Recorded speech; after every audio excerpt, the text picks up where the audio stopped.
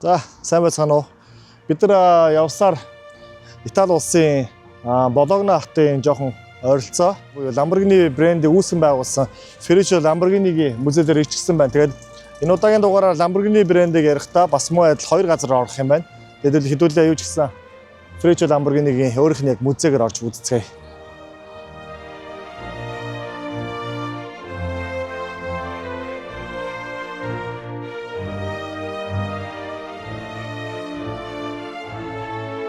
За тэгэхээр бид нар музей дотроо ороод ирлээ. Тэгэхээр Lamborghini брендийг үүсгэн байгуулагч хүн бол мэдээж Итали улсын иргэн Ferruccio Lamborghini гэж хүн байгаа.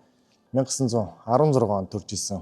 Хамгийн түрүүнд Ferruccio Lamborghini гэдэг хүн болохоор ийм автомашины техниктэй ойрхон гэр бүл төсөөгүй буюу усан үзэмжтний гэр бүлд өссөн ийм хүн.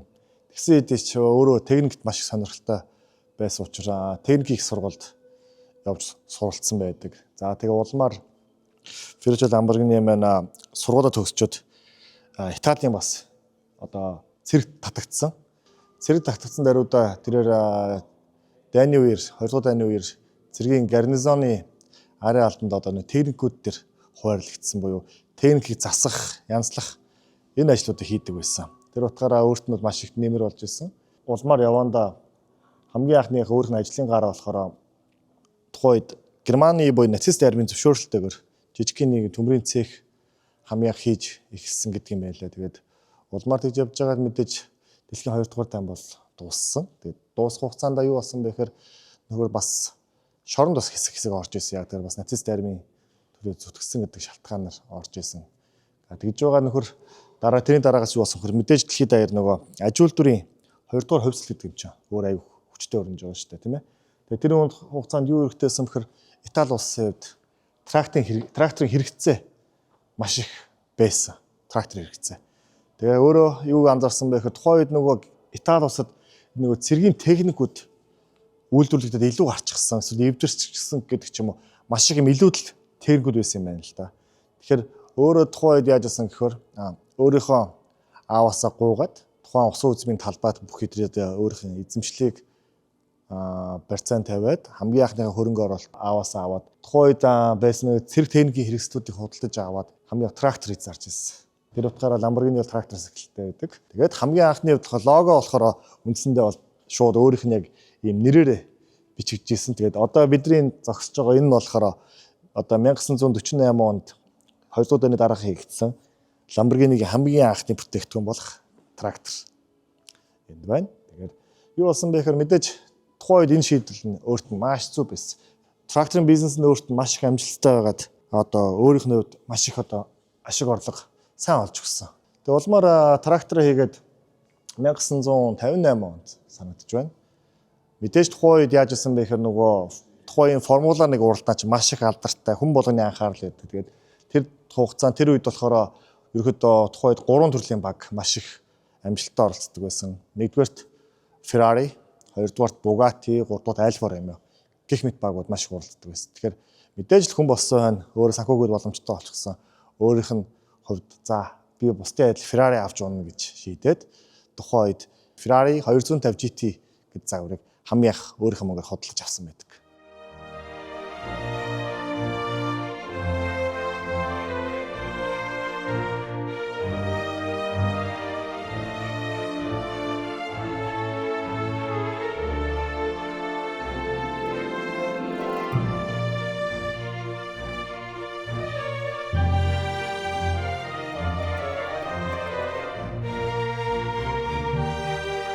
Тэрээр өөрийнхөө энэхүү Ferrari 250 GT загвар аваад сэтгэл хангалуун аягүй сайхан унжсэн хэдий ч машинд нь асуудал гарч эхэлсэн.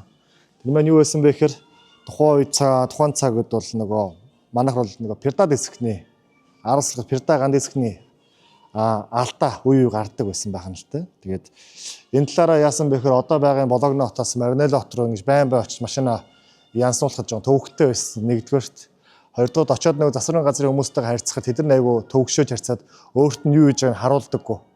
Ийм хөө онцгүй байсан юм байна л. Тэгэхээр өөрөө яасан бэхээр энэ талаас нь жоо стресстэй. За би яар энийг өөрөө задлж үзье гэд. Тэгээ задлаад тухайн өөрийнхөө авсан энэхүү Ferrari-га задлаад сэлбгийг үзсэн чинь өөрийнх нь тракторт нь хийдэг сэлбэг Тэгээ адилхан сэлбэг өнөхөдөө байсан юм. Харин бүр илүү чанар мотой сэлбэг. Тэрийг олж мэдэнгүүтээ өөрийнх нь Ферраригаа янзлаад тэгээд Маринелло хот руу очиод нөгөө Ферраригийн алдарт үүсгэн байгуулагч Энзо Ферраритай очиж уулзсан байдаг. Тэгээ уулзсангуудаа юу гэж хэлсэн бэ гэхээр сайн байна уу Энзо чи намайг таних уу гэд. Чамайг тань гэд. Би чамаас нэг GT 250 GT-г авсан юм аа. Тэгээд би ингээ өөрийнх нь Ферраригаа ингээ асуудал байгаа дахин би янзлаад би мэдчихлээ. Тэгээд би ингээ хоёулаа хамтарч ажиллая. Тэгээд Ferrari, Lamborghini гэдэг юм компани байгуулад хоёулаас бүр амар супер машин хийя гэсэн саналыг тавьсан. Гэтэл мэдээж нөгөө Enzo Ferrari бол тэрэнд маш дургүй байсан. Юу гэж хэлсэн бэ гэхээр хоёрын хэл одоо түүхэнд бол трактор чи хүүхэд минь ээ буцаад яв гэж хэлсэн байдаг. Тэгээд түүнд мэдээж нэгдүгээр үүнд амар өс санаж гомдсон. Хоёрдугаарт тэрүүд өөрөө тракторын үйлдвэрлэл хийдэг байсан болохоор юу гэж анзаарсан бэ гэхээр би юу тракторын сэлбэгийг ийм машин хийгээ зарах юм бол би хэд дахин илүү ашиг болж болох юм байна гэдэг ийм шийдлийг гаргаж ирсэн. Тэр утгаараа юу болж яасан гэхээр ерөөсөө Enzo Ferrariтай уулзаад тухайн үедээ өөрөө санхүүгийн хувьд ажиг байсан болохоор Maserati, Ferrari-гийн одоо тухайн шилдэг гэсэн инженер загвар зохион бүтээгчдийг хөсөж ажилд аваад ерөөсөө илүү машин хийгээд. Тэгээ өөрөө ямар машин юу анханасаа хийх гэж зорьсон бэ гэхээр за Ferrari-гийн машин бол нэгдүгürt жоохон хатуу хөвтөлтэй байна. Жоохон тав дахь муутай байна. Хоёрдугаар дуучин айгүй ихтэй байна. Хол замд явахд ядардсан байна гэдэг зүйлийг өөрийнх нь хувьд тийш хүлээж аваад тэгээд яасан бэхээр илүү тав тухтай, илүү холын аялал зориулсан ийм баг ядардаг, баг зэрэг илүү тансаг буюу ийм холын аяллаа төрийн загвар би хийн гэж зориуллаа. Тэгээд түүнээсээ 9 сарын дараа өмнө нөгөө харуулж ирсэн нөгөө Италийн автомашины үүссэн хот болох Турин хот төр болдог. Одоогийн Женевийн автошоу буюу тухайн Турины автошоуууд дээр өөрийнхөө хамгийн анхны GT 350 гэдэг энэ 350 GTV гэдэг энэ загвараа танилцуулж ирсэн. Тэгээд энэ машины хувьд бол яг үнэндээ бол маш их яаруу санд руу хийсэн түүний бас жоохон фейлдсэн одоо юу гэж үздэг жишээ гэж үздэг. Яг тэр маш их хоосон яарсан. Дээр нь тухайн санжийн үйл тэр нөгөө нэг юун дээр яадаг штэ. Нэг Ferrari, Lamborghini гэдэг кинон дэр нөгөө Ferrari тэнд машина ингээл бэлдсэн багт яг эсрэгтэлд нь танилцуулаад ингээл орилоод явдаг шүү дээ тий.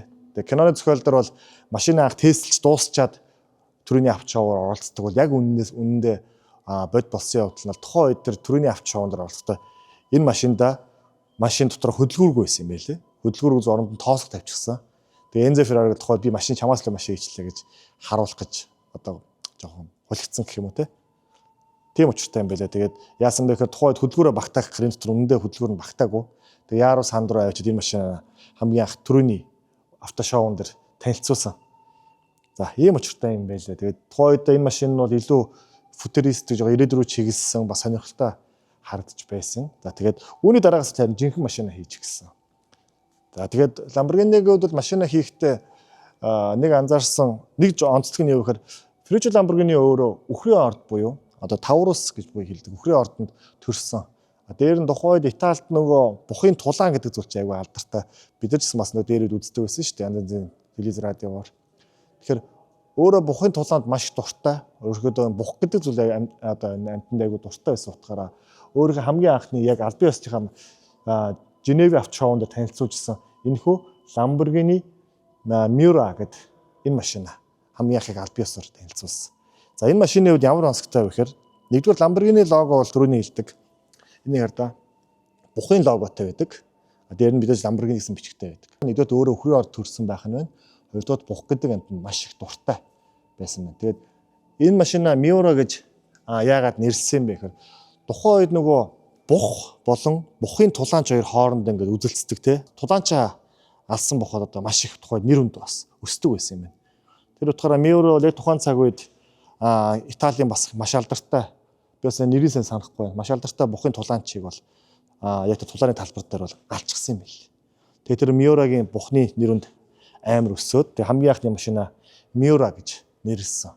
Ер нь Lamborghini-гийн машины нэрүүд одоо хүртэл бухтай холбоотой байдаг.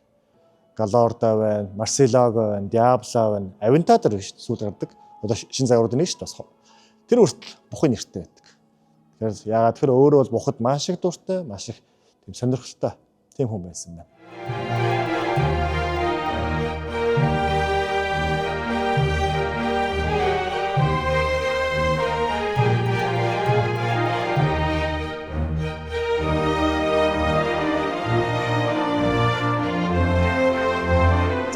Ferruccio Lamborghini гэвэл түрүү хэлсэн машинд маш дуртай. Тухайн үед бас хамгийн гоё машинууд ундаг цөөх хэрэгмүүдийн нэг байсан гэж явдаг юм байлаа. Юу гэхээр бүр Америкаас хүртэл Ford Mustang авчираад унчихсан, Ferrariтэй бас Jeep Wrangler-ийн загваруудтай те. Тэгэхээр Lamborghini-гийн хувьд мотороо ардаа буюу одоо нөгөө голдоо байршуулсан mid engine-тэй хамгийн анхны бас mid engine-тэй машин хийсэн гэж үздэг. Тэр бол одоогийн өнөө цагийн дэлхийн суперкар, одоо хайперкарууд юу гэдэг нь те хамгийн лаг машинуудын үндсээ бүтцийг бас гаргаж ирсэн хүн гэж үздэг юм байлээ. Тэгээ өнөөдрийн бидний сайн мэдэх хүртэл одоо нөгөө Lamborghini одоо Huracan, Aventador те одоо бусад бүх загварууд, Sienna юу гэдэг бүх загварууд бүгдээр яг ардаа хөдөлгөөртэй байрлсан байдаг. Бас Lamborghini нэг онцлог. Машины бизнесийн тухай үед бас тодорхой хэмжээний амжилттай байсан цаг үедээ өөрөө юм бүр том зай хүртэл хийж үтсэн байдаг юм байлаа.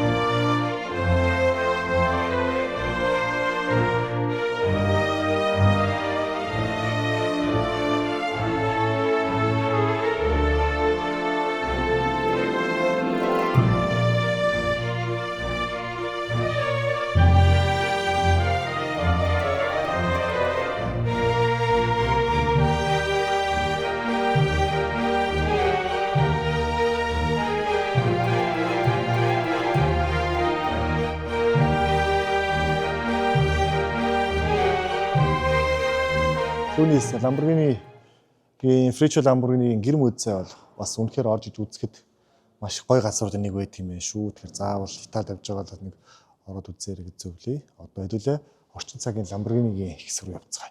Энэ нь тэр газар нь болохоор эндээс нэг цаг гараа яваад очих. Тийм газар байна.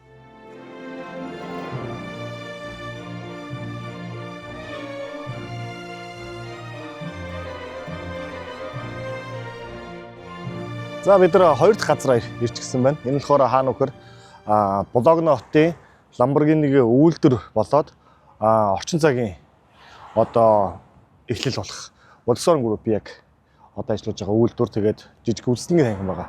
Хэллээш орцгоё.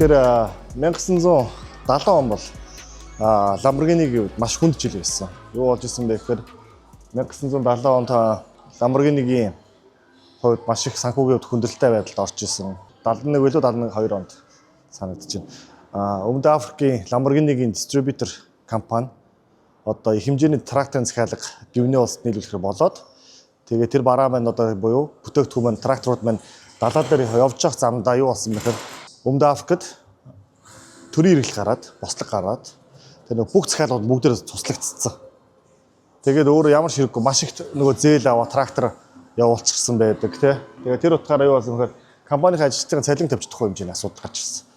Тэгээд Lamborghini-гийн тухайд уулна одооны түүх судлаач хэлэлтээ бол тухайд зоригтойгоор ажилчдаа халах хэрэгтэй байсан гэж ярьдаг хэдий ч Lamborghini бол тэгж чадаагүй. Тэр утгаараа Lamborghini маш хүнд асуудалд орж тухайн үед өөрийнхөө өрсөлдөгч тракторын бизнесийн өрсөлдөгч компани болох компанид хүртэл өөрийнхөө хувьцаагаа зараад тэгээд тэр компани нь өөрөө хувь явсаар хагаад бүр American Chrysler Group хүртэл нэг хэсэг Lamborghini эзэмшчихлээ.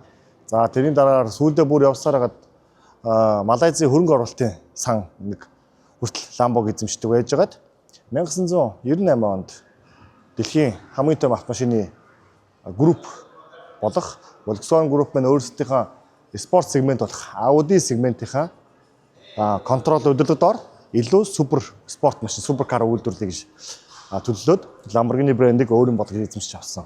Тэгээ одоо бидний байгаа энэ ард дугын загвар бол үндсэндээ 1998 оноос хойших загварууд байгаа. Яагаад тэгэхээр Audi Volkswagen Group-ийн Lamborghini брендийг өмчлөөд хамгийн анхнд хийсэн машин нь болохоор одоо бидний ар зогсож байгаа Murcielago SV гэдэг энэ загвар байгаа. Тэгэхээр энэ бол одоо өнөө цагийн буюу шинэ цагийн Volkswagen-ы одоо группийн хийсэн Lamborghini брендийн эхлэл байгаамаа. Тэгээд Murcielago, Gallardo, нөгөө адтай Diablo тэрээр Huracan, Aventador гэдэг эдгээр машинууд маань үндсэндээ бол шинэ цагийн Lamborghini-гийн эхлэл гэж явдаг юм байлээ. Тэгээд тэнд бас сонирхолтой машин байгаа. Ер нь хэдлээ очиод нэг машин харуулъя.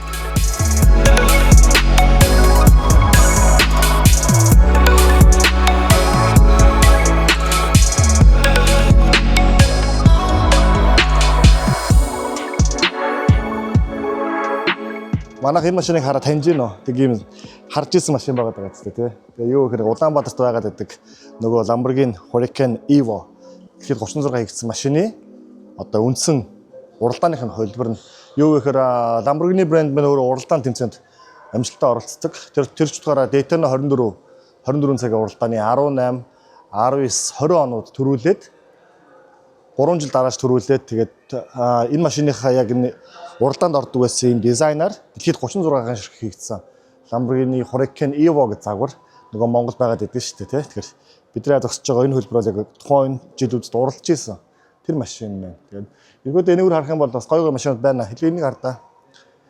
За нөгөө Transformers гэх кинонд гардаг нөгөө эсрэг талын тий. Эсрэг талынх нөгөө Revent нь болоод хувьцсан байдаг шүү дээ. Тэр загварууд байна. Нөгөө Need for Speed дээр гардаг эсрэг талын нөгөө баяа илүү хөлтэй ундаг Elemento гэл те. Эсрэг талын нөхрөө унаадаг тэр байна. За тэгээд Veneno тэгээд Centero одоо юу гэдэг сүйд гарсан Countach гэх мэт Lamborghini-г ерөөсөө энэ их хэсэгт бол дандаа шинэ цагийн машины одоо цуглуулгад байдаг байна. Тэгээд газар зүүн байрлалын хувьд бол Италийн Bologna хоттой ойрхон. Тэгэхээр Милан хотоос нэг хойхаад нэг 200 тэг 300 км-ийн зайд үндсэндээ яг музей болоод одоо яг ард нь үйлдвэр нь Lamborghini үйлдвэр байрладаг байна. Энийг хардаа манайхаа танил харагдаж байна. Монголд орж ирсэн хамгийн анхны Lamborghini чинь Gallardo гэж загвар байсан шүү дээ. Тэгээ онцлог нь болохоор бусад ерөнхийдөө бүх Lamborghini бол дээшээгээ ийм эрвэхэ маягаар хаалган онгоодог бол Gallardo бол хаалган зур энгийн онгоодог. Тэр зөв Монголд хамгийн анхны ирсэн Gallardo-гийн арай жоо спорт хөлбөр нь бас энэ музей дээр байдаг юм байна. Одоо энэ машин чинь болохоор Монголд Alta Construction Group-ийн Батбаасан захиралд одоо хүртэл эзний одоо өөрийнхөө эзэмшил байлгад юм байлээ.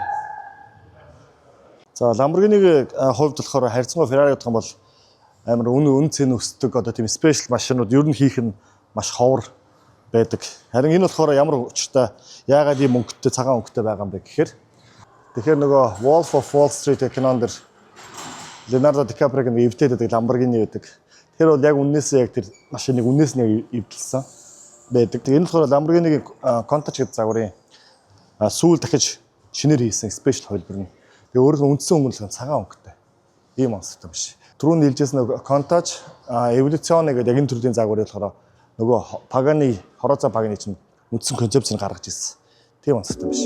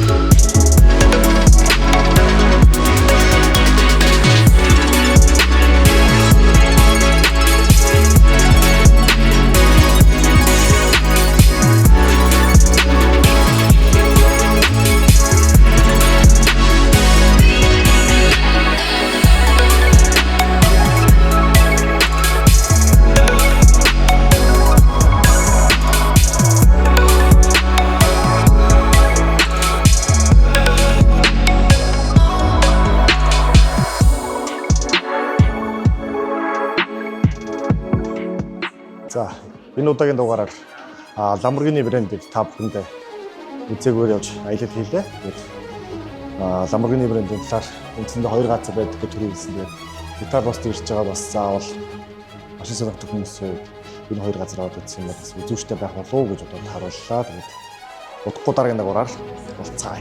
Бид цаашаа явлаа.